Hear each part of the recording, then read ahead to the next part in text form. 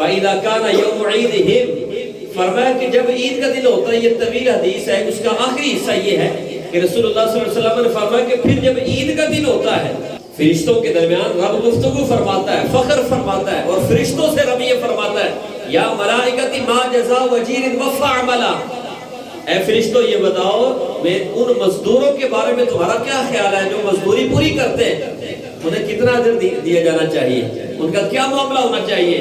قالوا ربنا جزاؤہ ان یوفا اجرہ، فرشتے کہتے ہیں یا اللہ جتنا انہوں نے مزدوری کی ہے، محنتیں کی ہیں، اس کا بدلہ پورا ہونا چاہیے۔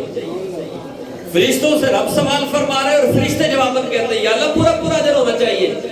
تو اللہ تعالیٰ ارشاد فرماتا ہے فرشتوں میرے بندے میرے سے دعا کرنے کے لیے آئے ہیں، اکٹھے ہو گئے ہیں، اور رسول اللہ صلی اللہ علیہ وآلہ وسلم فرماتے ہیں اس دن 5 قسمیں رب ارشاد فرماتا ہے، مشکاہ شریف کی حدیث پاک ہے، اللہ فرماتے ہیں وَعِزَّتِي وَجَلَالِي وَكَرَمِي وَعُلُوِّي وَارْتِفَاعِ مَكَانِي، 5 قسمیں اللہ ارشاد فرماتا ہے، مجھے میری عزت کی قسم، مجھے میرے جلال کی قسم، مجھے میرے کرم کی قسم، بلند مقام کی قسم، میرے علوم کی قسم، اللہ فرماتا ہے لَأُجِيبَنَّهُمْ، 3 بشارتیں رب کی طرف سے انسان کے لیے ہیں۔ پہلی بشارت کیا ہے؟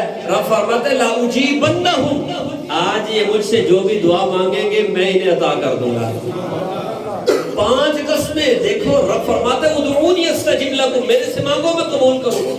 یہ تو رب کا ویسے ہی حکم ہے، جو بھی بندہ اپنے رب سے مانگتا ہے وہ عطا کرتا ہے۔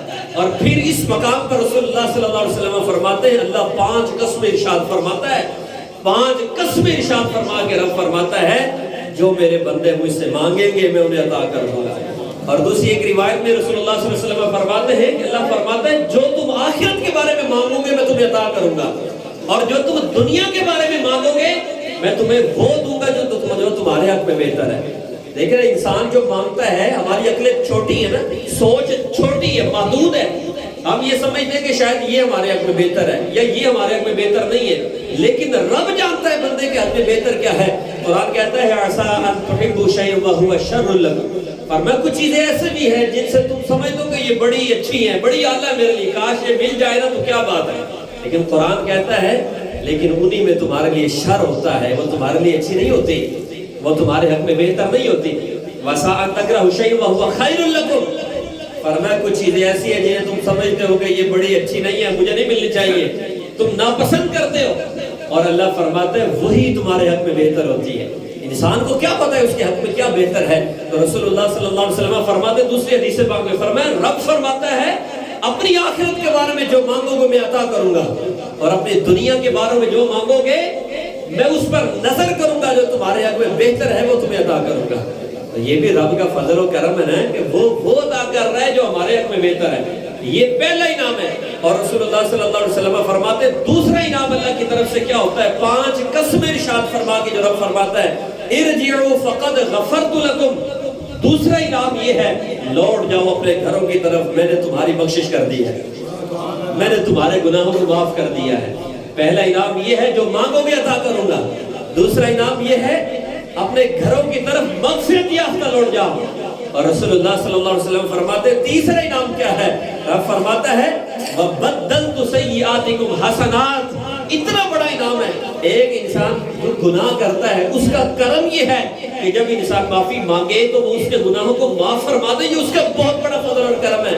لیکن اس فضل پر، اس کرم پر کرم کیا ہے؟ رسول اللہ صلی اللہ علیہ وسلم فرماتے، رب فرماتے وَبَدَّلْتُ سَيِّئَاتِكُمْ حَسَنَاتٍ، جتنے تم نے گناہ کیے تھے آج کے دن میں نے ان گناہوں کو نیکیوں میں بدل ڈالا ہے۔ سبحان اللہ، کتنا اس کا فضل ہے، کتنی اس کی رحمتیں، تو کتنا یہ مبارک دن ہے، اس کی رحمتوں سے بھرپور دن ہے۔ اتنے انعامات رب اپنے بندے پر فرماتا ہے اے میرے بندو اپنے گھروں کی طرف لوٹ جاؤ، آج میں نے تمہارے گناہوں کی بخشش کر دی، تمہارے گناہوں کو نیکی میں بدل ڈالا، جو تم مانگو گے میں تمہیں عطا کر دوں گا۔ میرے عزیز بھائی، کیا پھر یہ خوشی والا دن نہیں ہے؟ رسول اللہ صلی اللہ علیہ وسلم اس دن اظہار خوشی فرمایا کرتے تھے۔ ہمارے ہاں تو آج کے دن بھی منہ لٹکے ہوتے ہیں، چہرے اترے ہوتے ہیں، تو اس دن اظہار خوشی کرنا، چہرے پر مسکراہٹ کا آ جانا، یہ رسول اللہ صلی اللہ علیہ وسلم کی سنت مبارک ہے۔ آپ صلی اللہ علیہ وسلم اظہار خوشی فرمایا کرتے ہیں۔